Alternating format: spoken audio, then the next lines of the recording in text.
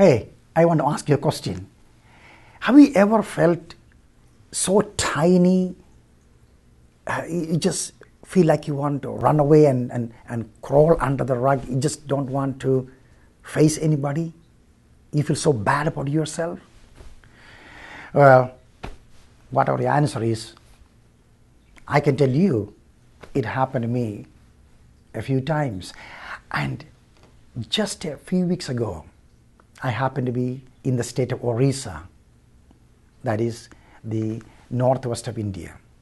Well, I went there to meet with a few thousand people that went through huge persecution and problems in Kandamal. I do not know how much you are aware about all these things. Last few years in the state of Orissa, over 4,000 Christian homes were destroyed completely or partially by the anti-Christian radical fundamentalists. Over 500 people's lives were taken. Many were brutally killed, and the pain was so much. But when I was there, meeting with hundreds of these people, I felt so tiny, so small. You say, what happened? Well, you see, I was talking to individuals who will say things like, they killed my brother, and scars on their foreheads, and the story of their house being destroyed, and story after stories. Or a friend of mine would tell stories about, some of these Christians and missionaries and pastors and clergy and nuns, and story about a Catholic nun who was gang raped and a priest murdered. I heard so many stories and looked in the eyes of some of those people, and I said to myself, oh, who am I? Who am I that I'm qualified to speak to these people and instruct them? I'm a nobody.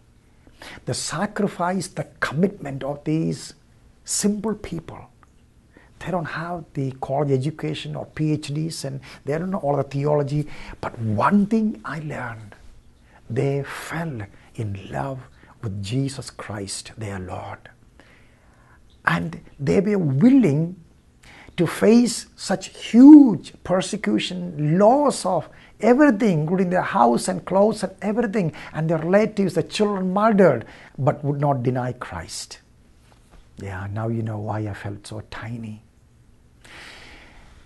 These kind of encounters always help us to remain humble.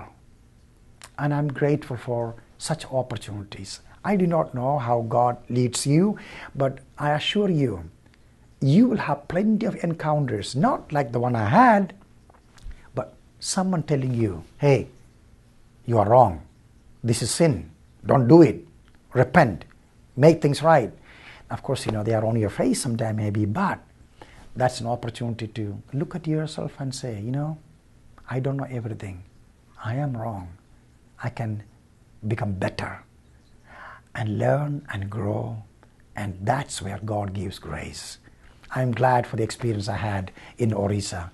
It helped me to appreciate others and ask God, Lord, give me strength that if ever I must face something like this, that I will not deny you.